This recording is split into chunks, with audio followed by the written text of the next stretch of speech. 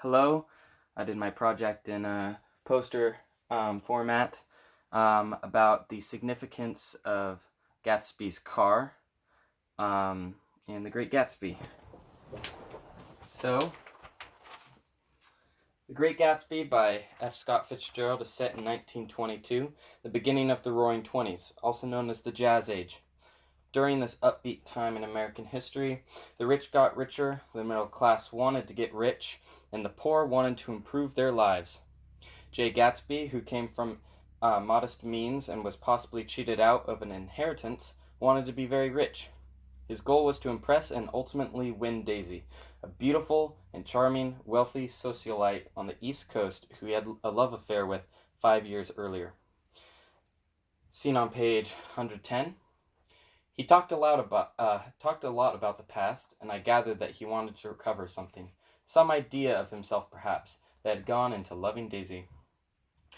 Gatsby does become very rich through illegal means, and he uses his wealth to buy a grand house that he furnishes with expensive things and to buy a fancy car. He holds lavish garden parties in the hopes that Daisy will notice him. Page 78. Gatsby bought that house so that Daisy would be just across the bay. Page 88. There was nothing to look at from under the tree except Gatsby's enormous house. And page 89. My house looks well, doesn't it? He demanded. See how the whole front of it catches the light? Fitzgerald uses the automobile as a symbol of the prosperity and mobility of the classes during this time. He also serves as a symbol for the social standing and relative wealth of his characters. Gatsby drives a cream-colored Rolls-Royce, possibly a silver ghost model, although the model is not mentioned in the book. It was one of the most expensive and elegant cars available at the time, and would clearly convey the wealth of the owner. The cream color of Gatsby's car makes it stand out even more, and it's impossible to ignore the car by anyone who sees it. On page 63, at 9 o'clock one morning in late July, Gatsby's gorgeous car lurched up the rocky drive to my door and gave out a burst of melody from its three-noted horn. Page 64, he saw me looking with admiration at his car. It's pretty, isn't it, old sport? And on page 68 to 69, the friends looked out at us with the tragic eyes and short upper lips of southeastern Europe, and I was glad that the sight of Gatsby's splendid car was included in their somber holiday. Tom Buchanan, Daisby's husband, comes from a wealthy, established family, and he drives a blue coupe.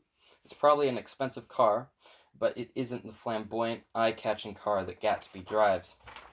Nick Carraway, the Midwestern cousin of Daisy, who has gone east to make his fortune selling bonds, drives a Dodge. The make and model aren't described, but a Dodge was typically a solid car one step above the Ford Model T.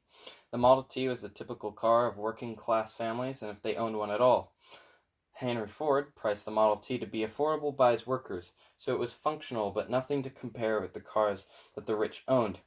As the story unfolds, Daisy and Gatsby do connect eventually, and Daisy, Tom, Nick, Jordan, and Gatsby decide to go into the city on an outing. On the way there, Tom drives Gatsby's car with Nick and Jordan as passengers, while Gatsby drives Tom's car with Daisy as a passenger. It's almost as if Gatsby finally has what he wants. He has the expensive car that Tom owns with its understated message of old money and social standing along with Daisy, the woman he has longed for. As seen on page 109, he wanted nothing less of Daisy that she would go to Tom and say, I never loved you. However, on the way back to his house, Daisy is driving the Rolls-Royce with Gatsby as the passenger. While driving, she hits Myrtle, the wife of George, who, ironically, owns a service station, where those who can afford a car buy gas and get repair work done. In fact, Thomas stopped there to get gas on the way into the city. Earlier in the book, we got a brief description of one of the Model Ts that someone like George or anyone else of his class may have had. As seen on page 25, the interior was unprosperous and bare. The only car visible was the dust-covered wreck of a Ford which crouched in a dim corner. Daisy, in a panic, keeps driving after hitting and killing Myrtle. George was in a rage, and he learned that it was Gatsby's car that killed Myrtle, since everyone knows who that car belongs to, and George takes off to kill him. He finds Gatsby at a swimming pool and his giant house and kills him in cold blood. As seen on page 64. Haven't you ever seen it before? I'd seen it. Everybody had seen it. It was the rich cream color, bright with nickel, swollen here and there in its monstrous length, with triumphant hat boxes and supper boxes and tool boxes, and terraced with a labyrinth of windshields that mirrored a dozen suns. So the very car that Gatsby bought to impress Daisy ends up being the cause of his death. Gatsby's flaunting of his wealth is his ultimate undoing. In The Great Gatsby, Fitzgerald uses the symbol of the automobile to convey wealth, status, power, and speed, but also greed, decadence, and the destruction and death they can bring. Oftentimes, obsession can begin to lead to our greed for wealth, and if successful, can contribute to our demise. Little fun fact, The Great Gatsby is set in 1922 and the book was published in 1925. The automobiles used in the two Great Gatsby movies were made after 1925, so they couldn't be the car that Gatsby drove. In the 2013 movie, Gatsby's car is a 1932 Duesenberg, one of the most beautiful cars ever built.